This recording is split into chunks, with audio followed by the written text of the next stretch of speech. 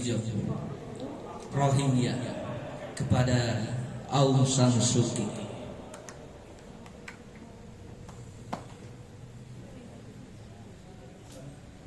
Rohingya adalah wajah politik dunia. Potret kebiadaban sangat nyata. Pameran keangkuhan dihiasi kemunafikan. Tatanan bobrok kekuasaan.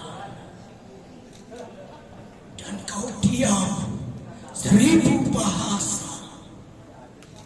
Bersolek di balik keangkuhan, mendekat arah mobil pertambangan, mencari-cari dari pembenaran.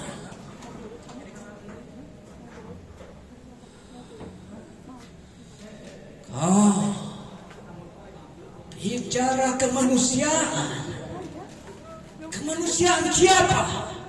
Promosi demokrasi sambil menonton pembantaian sesama. Orang-orang Rohingya diusir dari kubu-kubu koyak. Mereka ribuan bapak ibu dan anak-anak tergeletak. Mereka tak mampu lagi teriak.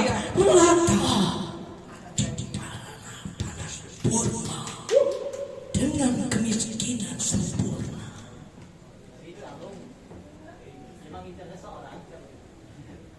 Nama apa lagi yang ingin kau nikmati?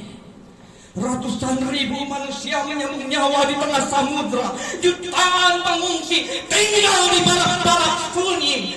Mereka mayat-mayat berceker, darah masih merah. Tragedi peradaban di era globalisasi. Kemana lagi kau mau bersembunyi, Aung San Suu Kyi?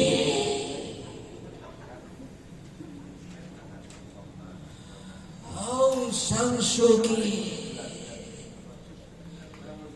masih kuingat kau berjalan gagah di tengah todongan senjata rejim yang marah. Kau melawan diktator tak kenal menyerah. Tapi ini kau seperti patung yang pasrah, membiarkan rakyatnya musnah. Dan kau masih tersenyum memoles wajah.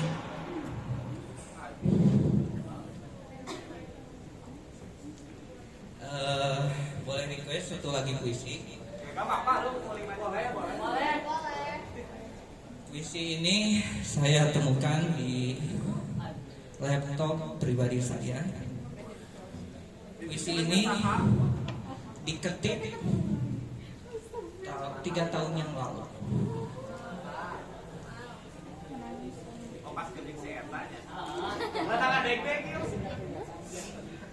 Puisi ini tadinya saya ingin persembahkan kepada almarhum mantan saya.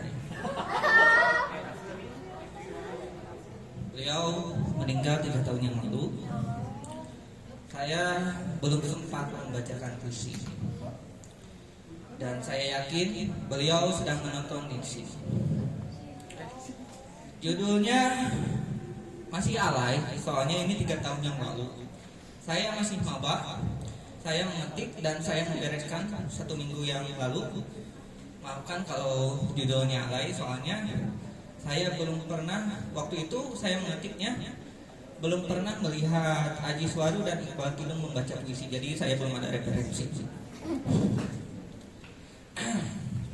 Judulnya Kasihku, Manisku, Cintaku, Duniaku Seisinya.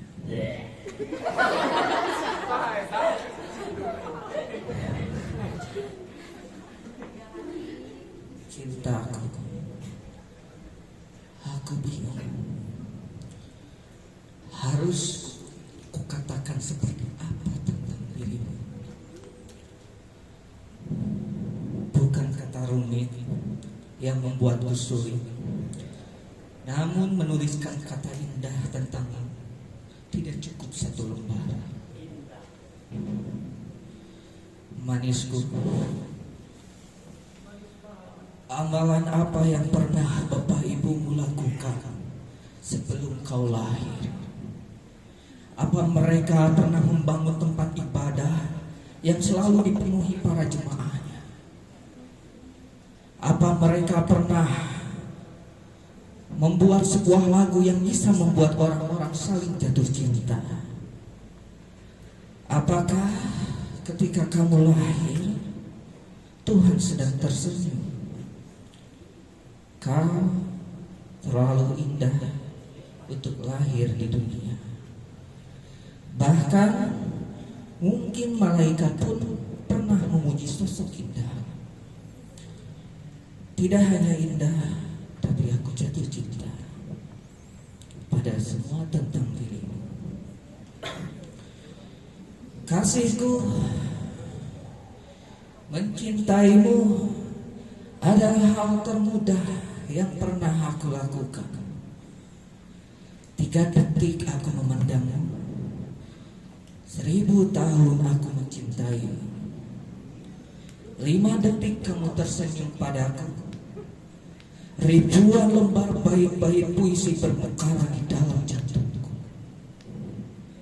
Suatu hari aku berjalan bersamamu, selamanya aku ingin hidup bersamamu. Aku ingin mencintaimu dengan penuh kedamaian, seperti kembang api yang diam-diam menyala di bawah langit malam tahun baru. Sebuah perayaan kecil dan sederhana di teras rumah penuh keintiman. Tidak ada bakar-bakar jagung, tidak ramai, hanya ada susu hangat selepas makan dan bahu untuk bersandar. Sederhana dan istimewa, aku dan kamu misalnya.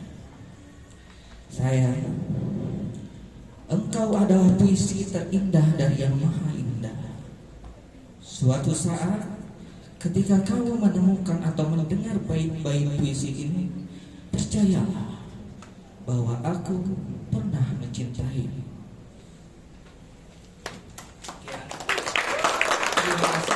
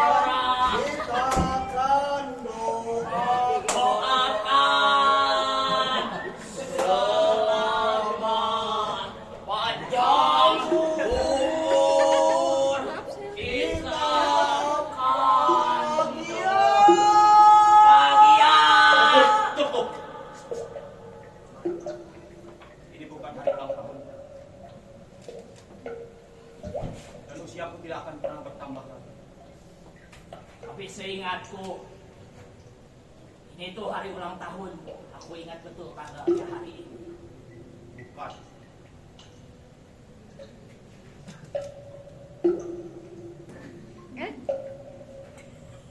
Lalu ini tanda untuk apa? Itu tanda di mana hari ini kita akan makan terakhir, bodoh.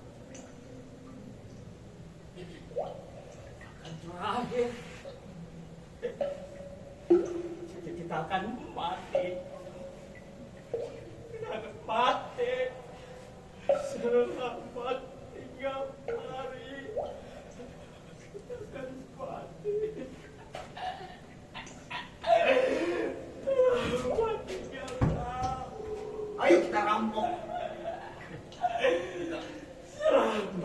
sudah tidak ingin tertawa dengan merampas apa yang mereka punya. Tidak ingin mendengar kata-katamu yang bijak.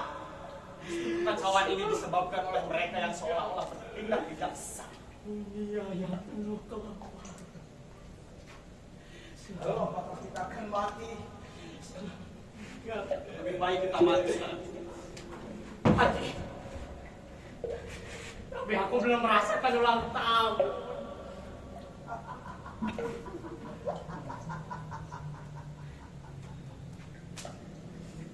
Kalau begitu, ayo kita rayakan. Tapi itu tadi ulang tahun gimana? Tadi petasan yang terakhir.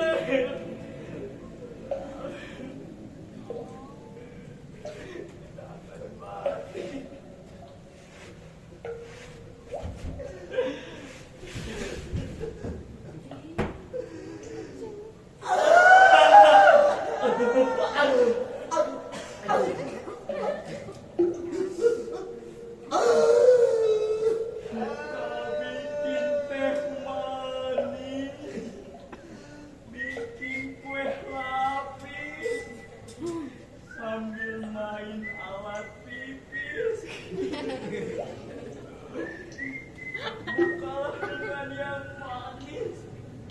Jangan kayak si Anis janji manis. Jangan manis.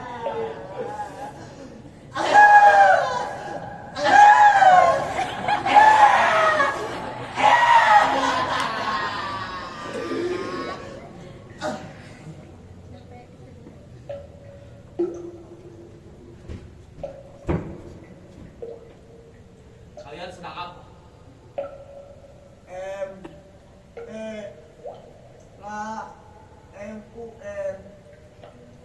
Jadinya melamun. Kau sendiri sedang apa?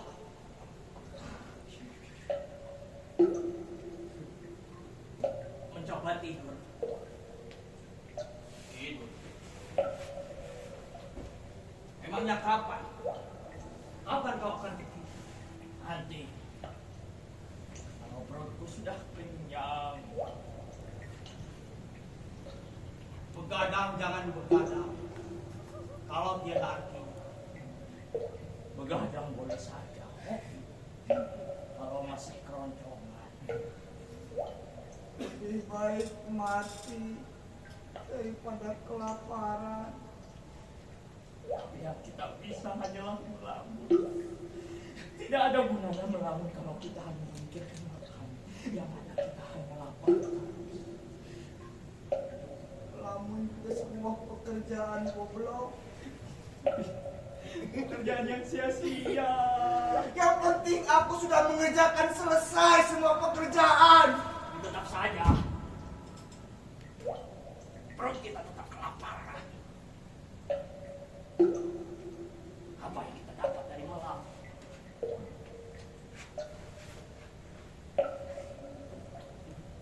Apalah artinya nama.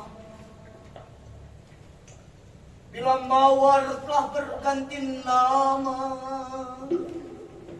harumnya akan tetap sama. Apalah artinya matahari dan bulan jika mereka masih silih berganti. Itulah kata William Shakespeare. Kita bukan sedang bermain drama Romeo dan Juliet. Kita sedang kelaparan. Kamu tidak paham arti dari sebuah makna yang menjadi kata dan menjadi legenda. Coba kau pikir, dari mana William Shakespeare mendapatkan kata-kata tersebut? Hah? Dari berpikir dan melamun. Tapi menurutku, William Shakespeare, Shakespeare, Shakespeare, Shakespeare, skripsi, skeptis, serah kalian. Pokoknya itu, saya rasa itu mereka itu bisa mendapatkan inspirasi kalau mereka sudah kenyang. Sementara kita, apa yang kita punya? Lebih baik tidak perlu mengobrolkan hal-hal yang tidak berguna. Justru di saat seperti inilah bergunaan bisa menjadi sebuah berkah. Minimal asam lambung kita tidak naik.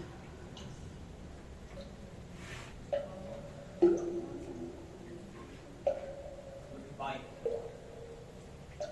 kita memikirkan apa yang akan kita makan. Jangan berhenti berharap. Dan menunggu datang gelam. Bila nanti suatu saat Tak ada cinta kau hilang. Salah solvent goblok. teman-teman, kita harus tetap optimis. Kita harus tetap hidup. Ingatlah bahwa orang yang hidup adalah orang yang masih memiliki harapan.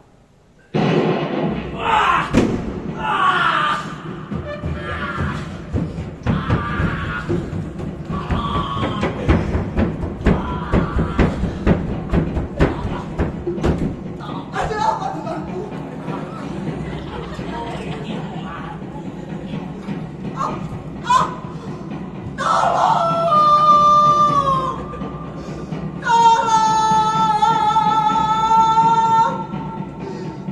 Adakah dokter di sini?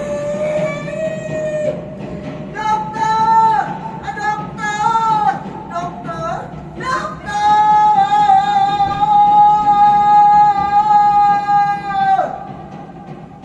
Ada yang bisa saya bantu? Ada dokter? Bisa dikatakan seperti itu. Meskipun sehari-hari saya biasa menangani hewan-hewan yang sakit. Aduh dokter, teman saya ini manusia dok. Pada setiap diri manusia selalu ada sifat-sifat kehewaniannya, Tuan. Bodoh amat. Jadi dokter bisa menolong dia atau tidak? Jadi Anda mau ditolong atau tidak? Ayolah dokter. Tapi terserah deh. Yaudah deh, ditolong dia. Gimana?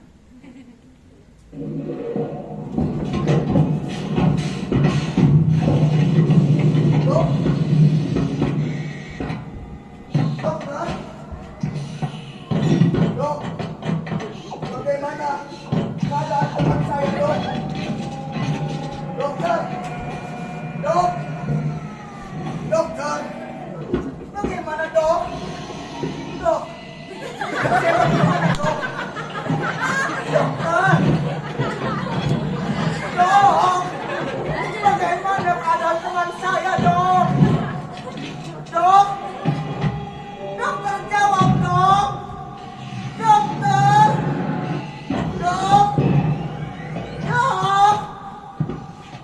Dok. Tuan, maafkan saya, Tuan. Saya sudah berusaha semaksimal mungkin. Tetapi nasib selalu berkata lebih buruk.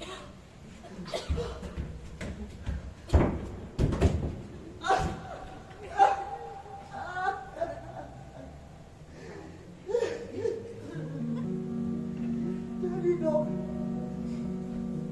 teman saya sudah jadi dok. Benar, Tuan.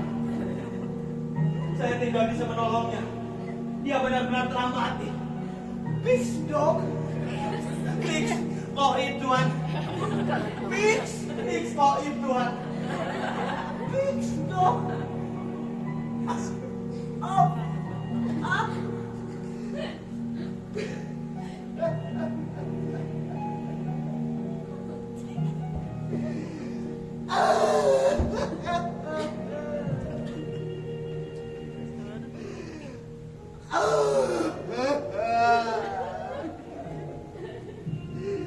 Maafkan saya.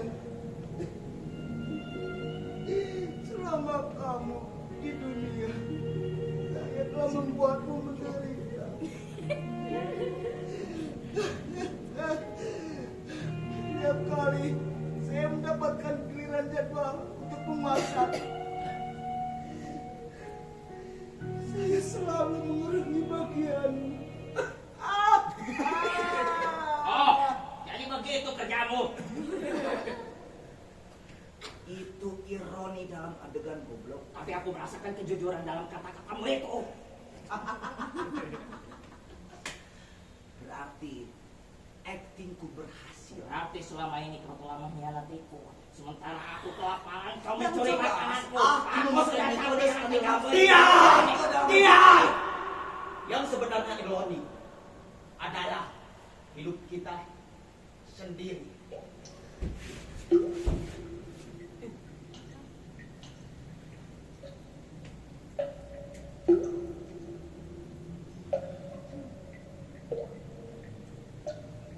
Hei. Bahwa sekarang sudah waktunya kita boleh makan makanan yang terakhir kita. Aku sangat lapar. Jangan terburu-buru. Lebih baik kita nikmati waktu yang ada. Aku belum punya apa-apa. Aku ingin Aku ingin vegana. Aku ingin warung masak. Aku ingin kue. Aku ingin sate babi.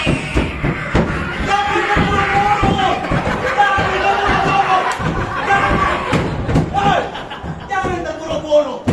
Lebih baik kita pikirkan makanan spesial untuk di hari makan terakhir kita. Tapi yang kita punya cuman beras agam. Aku sudah bosan memakan bubur. Bubur diambil. Bubur nasi, bubur Bandung, bubur nasi. Aku nanya semua itu.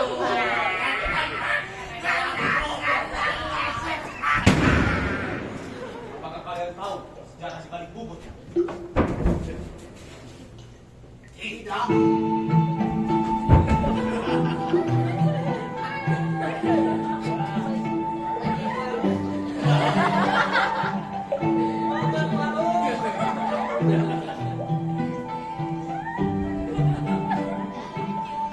Ada mulanya. Bubur merupakan sebuah hidangan yang sudah ada sejak zaman sebelum Masehi. Lebih tepatnya, pada saat zaman dinasti kuning atau kekaisaran Xuan Yuang Huangdi. Pada saat itu, penduduk di sana kehabisan bahan makanan karena musim paceklik yang sangat panjang melanda daerah tersebut. Dan pada saat itu, semua penduduk kelaparan dan tidak mampu makan dengan baik seperti biasanya. Usuh puasa. Sungguh masa nafas. Xi Jinping, Oh, syukur sa pansasiyangnya. Xi Jinping, syukur sa rinci. Lima masa nasi. Lima mata, lima sima. Xi Sanghi, Salahi. Xi Jinping, sudah dah.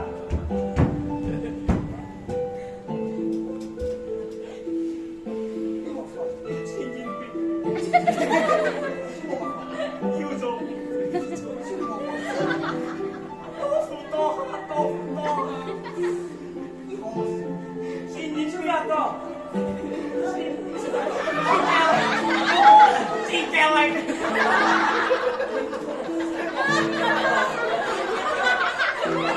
Xi Bagas, Xi Jahan, Xi Patok, Patok, Patok. Xi Bulu Kebebasan. Xing Xing Xing. Susan, Sansu, Sansu, Sansu. Lele. Jaju, Jatatu. Siva. Siva. Siva.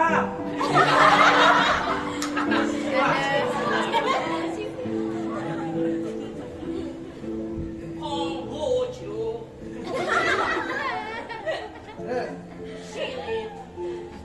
Pada saat itu, raja menuangkan sup panas ke dalam nasinya dan membuat nasinya mengembang menjadi baik. Kemudian raja memerintahkan juru masaknya untuk memasak agar seluruh penduduk bisa makan setiap hari dengan sumber makan yang sangat-sangat sedikit. Jadi jangan heran jika pada zaman sekarang banyak orang yang makan bubur meskipun dia tidak sakit. tidak sakit panu, tidak sakit demam, tidak sakit ginjal dan tidak sakit asam. Oke, pacar.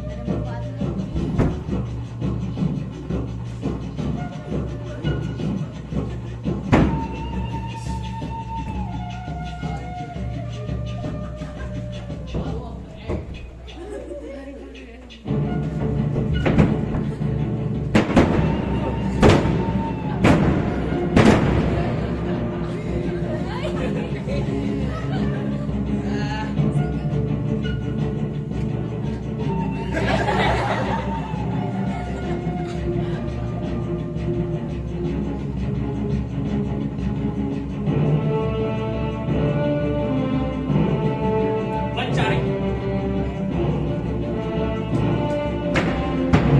Bukan.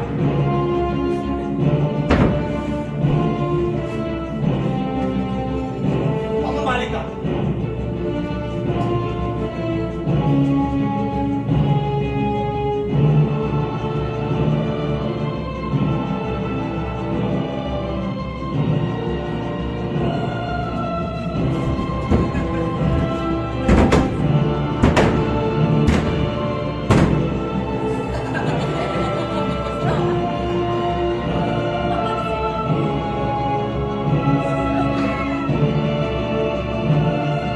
Sudahkah? Kita Menjadi.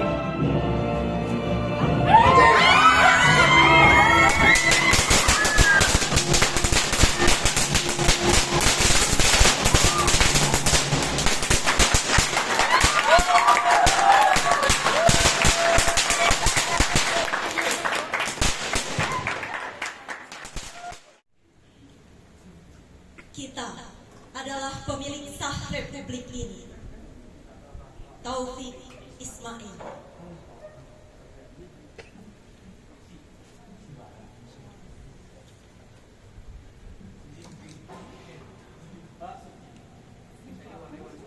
Tidak ada pilihan lain.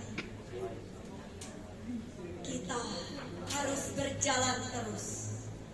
Karena berhenti atau mundur berarti hancur.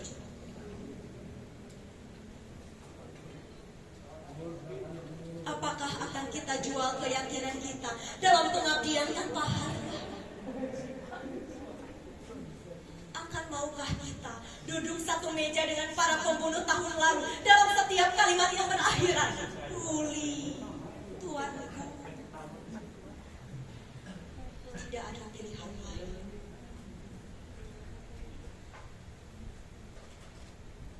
Kita harus berjalan terus.